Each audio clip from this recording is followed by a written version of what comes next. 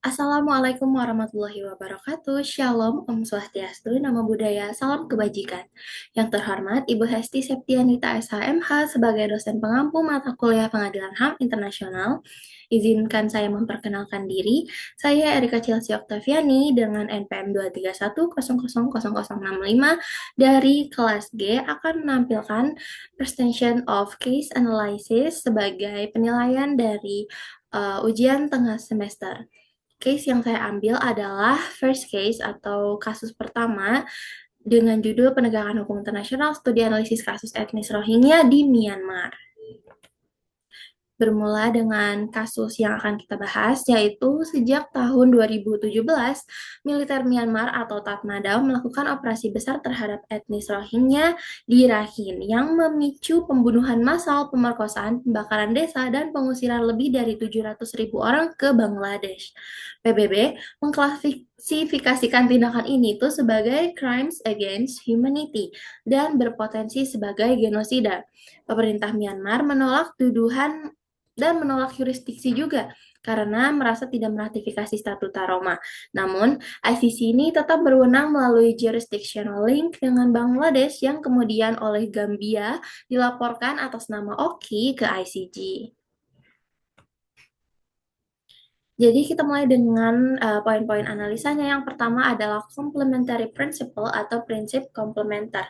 Prinsip komplementer ini didasari dengan pasal 1 Statuta Roma atau Article 1 The Court yang bunyinya adalah an international criminal court or the court is hereby established. It shall be a permanent institution and shall have the power to exercise its jurisdiction over persons for the most serious crimes of international concern, as referred to in the statute, and shall be complementary to national criminal jurisdictions. The jurisdictions and functioning of the court shall be governed by the provisions of the statute. Jadi, prinsip yang dimaksud dari artikel 1 adalah bahwa komplementari atau sifat dari ICC ini adalah komplementer atau pelengkap dari yurisdiksi nasional pada suatu negara. Kemudian selanjutnya ada artikel 17, Issues of Admissibility. Nah, artikel ke-17 ini atau pasal 17 dari Statuta Roma ini tuh mengatakan bahwa prinsip komplementer ini tuh berlaku kalau negara ini tidak mau atau unwilling atau tidak mampu atau unable atau inability gitu untuk menuntut pelaku kejahatan internasionalnya. Nah, Myanmar itu seharusnya bertanggung jawab menindak pelanggaran HAM berat terhadap etnis Rohingya, namun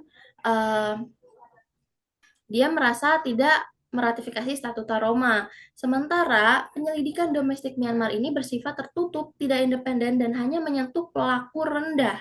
Sehingga kondisi ini tuh menunjukkan kegagalan sistem hukum nasionalnya, sehingga memenuhi syarat untuk diterapkannya prinsip komplementer, yaitu negara terlihat tidak mau atau unwilling, dan juga terlihat tidak mampu atau inability.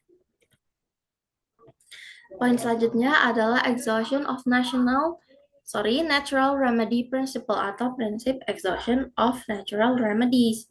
Nah, prinsip ini tuh menurut Kaul, the rule of exhaustion of local remedies requires that before a state, an individual, or an entity brings an international claim, all reasonably available domestic remedies must be pursued and exhausted.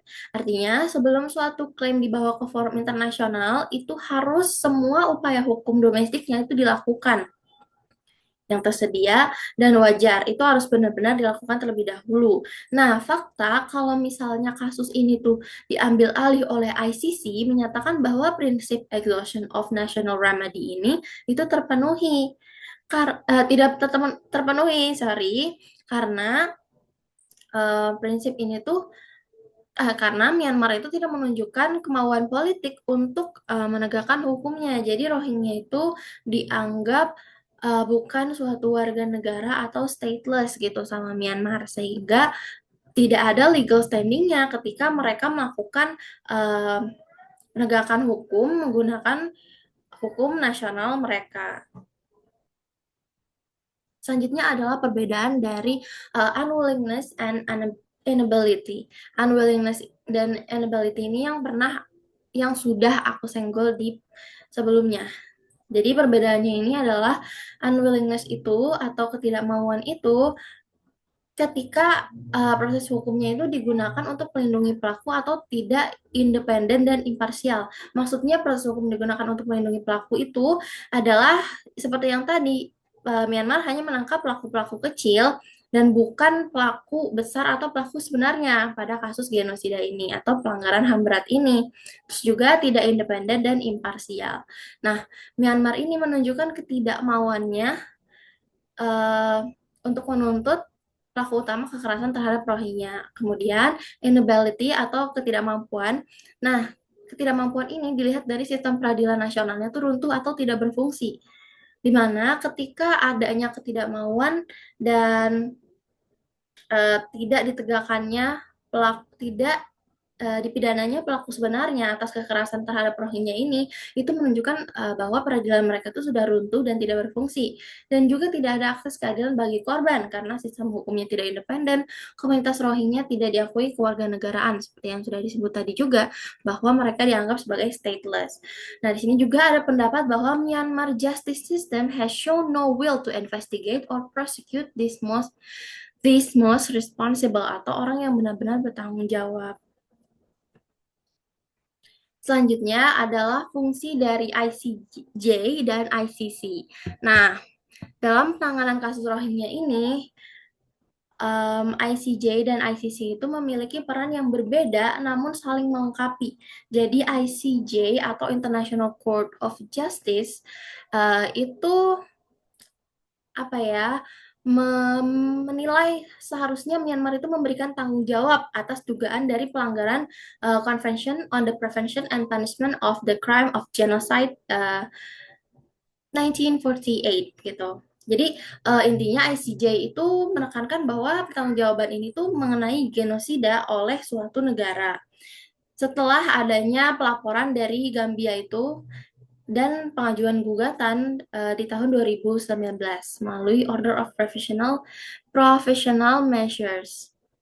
Nah, ICJ itu jadinya memerintahkan Myanmar untuk take all measures within its power to prevent the commissions of all acts of genocide. Jadi semua acts of genocide itu harus dipertanggungjawabkan. Nah, sementara ICC atau International Criminal Court itu menegakkan pertanggungjawaban individu atas kejahatan terhadap kemanusiaan dan memiliki yurisdiksi karena sebagian kejahatannya itu dilakukan di wilayah Bangladesh. Seperti yang tadi sudah dijelaskan, awalnya Myanmar itu menolak adanya yurisdiksi dari ICC karena mereka merasa tidak meratifikasi Statuta Roma.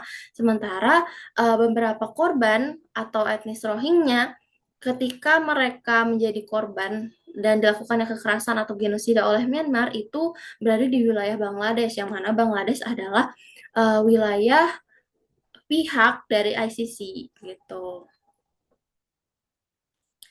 Kita sudah sampai ke conclusion atau kesimpulan nih dari analisa kasus ini. Jadi kesimpulannya adalah kasus Rohingya itu mencerminkan kegagalan Myanmar dalam menegakkan keadilan atas pelanggaran HAM berat di wilayahnya yang membuka ruang bagi intervensi hukum internasional dari ICC itu. Nah, melalui penerapan prinsip complementary dan exclusion of national remedies, ICC itu berwenang mengadili pelaku individu karena sistem hukum Myanmar terbukti tidak mau dan tidak mampu menindak pelaku utama. Sementara ICJ itu kan menegaskan tanggung jawab negara atas pelanggaran Genocide Convention sebagai bentuk pelanggaran serius terhadap norma jus cogens.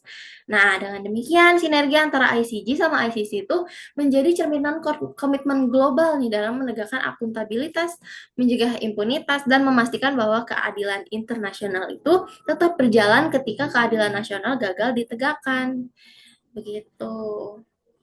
Jadi mungkin ada tadi yang belum sempat dibahas dan dimasukkan ke dalam presentation, itu adalah jurisdictional link. Itu maksudnya adalah yurisdiksi ketika ICC ini mendapat ada wilayah yang meratifikasi Statuta Roma.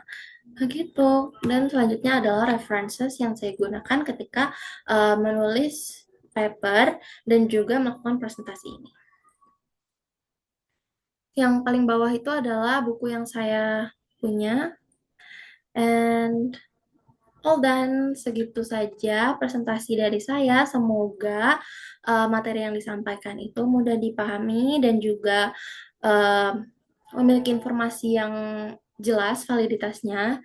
Dan juga saya Rika Chelsea Octaviani. Thank you so much for watching. Um, I'm Erika and I'm signing out. See ya.